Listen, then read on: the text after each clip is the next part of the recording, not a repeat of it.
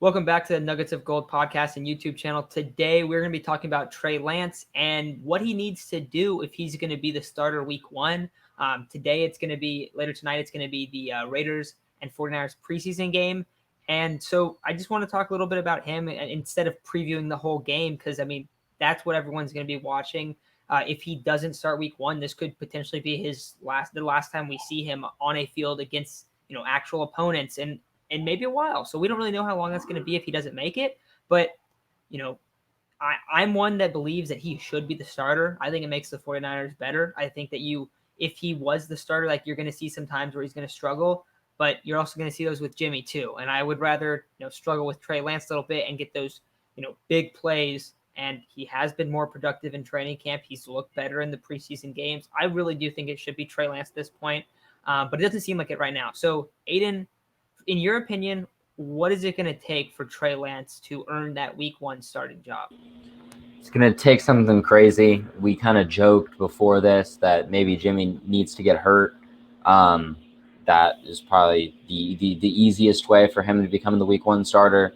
I remember earlier this week, we were both pretty confident that it could happen. And then news came out yesterday and the day before that made it seem like Jimmy was going to start and they're going to use Lance and red zone packages and stuff like that. So we'll get to see him, but I would be surprised if he's starting with the way that they're talking, but it could be misdirection, could be another smokescreen. But in terms for him to start, I think he needs to look really good versus the Raiders, and Jimmy needs to look really bad. I think something drastic needs to change because, like you mentioned, Lance has outplayed Jimmy over this entire offseason, and it hasn't necessarily shifted Cal's perspective enough to let Lance start. So he needs something drastic. Maybe Jimmy throws a pick six and Lance responds against the same defense and goes down and scores a touchdown. Makes a throw that Jimmy couldn't dream of making. But I think right now it'll boil down to Kyle. Kyle's kind of a stubborn guy, so I could see him being like, "Fine, we're gonna roll out Jimmy," but he's also we've both watched him throw the headset after Jimmy does a horrible decision. So maybe something like that happens, and he's like, "Fine, we're just gonna let the kid play, and we're gonna deal with the growing pains," which is what I would do. But obviously, I think that they know a little bit more than us, and I'm ready to be a fan, whatever they choose. Yeah, either way, definitely rooting for whoever it is. If it's Jimmy week one, I hope he does fantastic. If he's good, all he's doing is, helping the Niners win, but all he's doing besides helping the Niners win is boosting his potential trade value. And it's inevitable that he's not going to finish his career in San Francisco. That's become clear. Is that early on this season? Is that, is he traded in the middle of the year? Is he traded in the offseason? Is he cut? We don't know yet. So a lot of that does depend on how Jimmy looks. And I would guess that he is the starter week one. I've been really back and forth on this. I initially thought that Jimmy should have been the starter. He was going to be the start for the whole year. And I didn't know how much I loved that. I would have wanted to see Lance, but I thought that was probably what they were going to do. I don't think that's the case anymore. I think Jimmy will start for a little bit and Trey Lance will take over at some point in the season, no matter what the record is. I do think that. I do think that we've already seen early on that Trey Lance is farther along and can help this team a lot more than Jimmy can if he's the starter. I get if there's question marks around Trey Lance, yeah, of course there's gonna be question marks. He's our age. He's super young. I think he's 21. He's a very young player.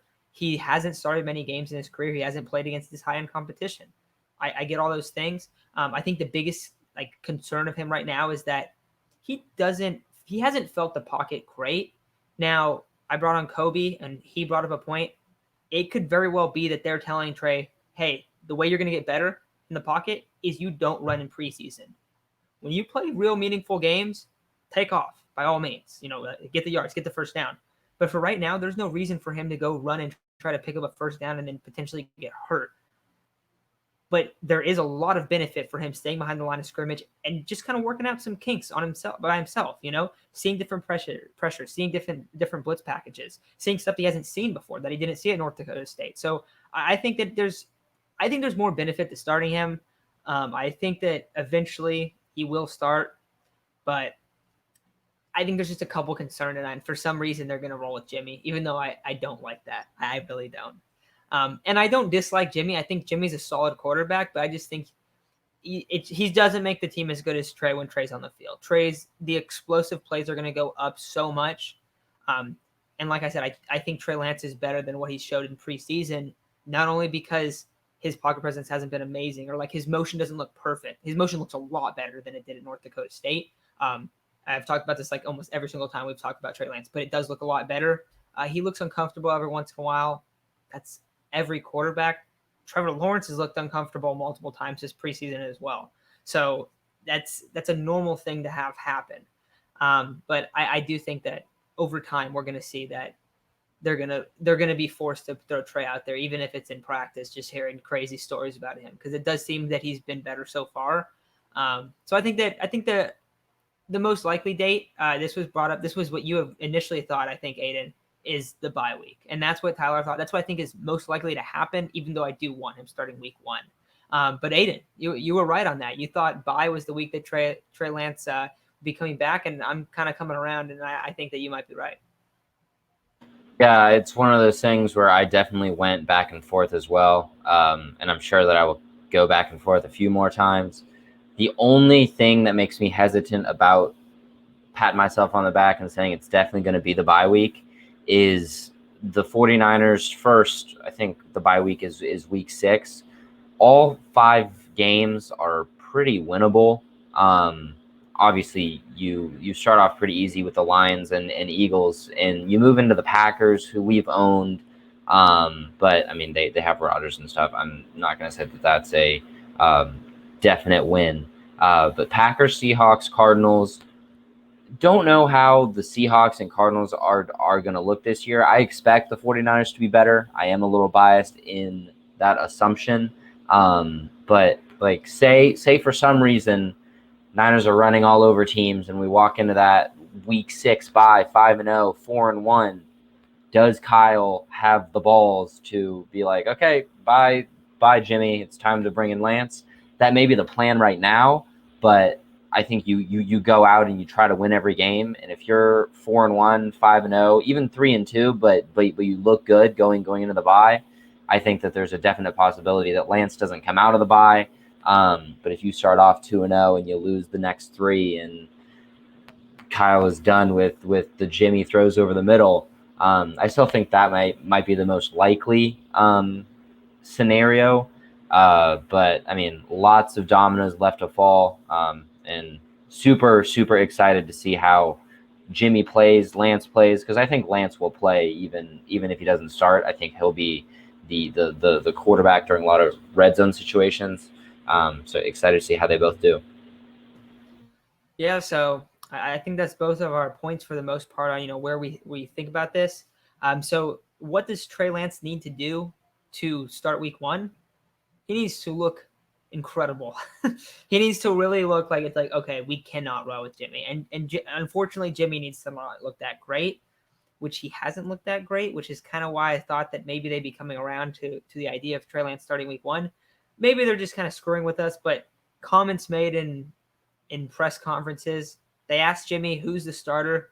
Jimmy smiled and said, I think I have a pretty good idea, or something along those lines. Basically, making it clear that he believes that he is the starter. Yeah, that's what it really seemed like to everyone. Kyle's kind of said, like, I do think I know who the starter is, but then Kyle will also say other things that make you think that it's Trey Lance. Like, he's really all over the place with that. But ultimately, Trey Lance is going to have to ball out today. That's how he's going to start. So I think that's going to do it for us today, though.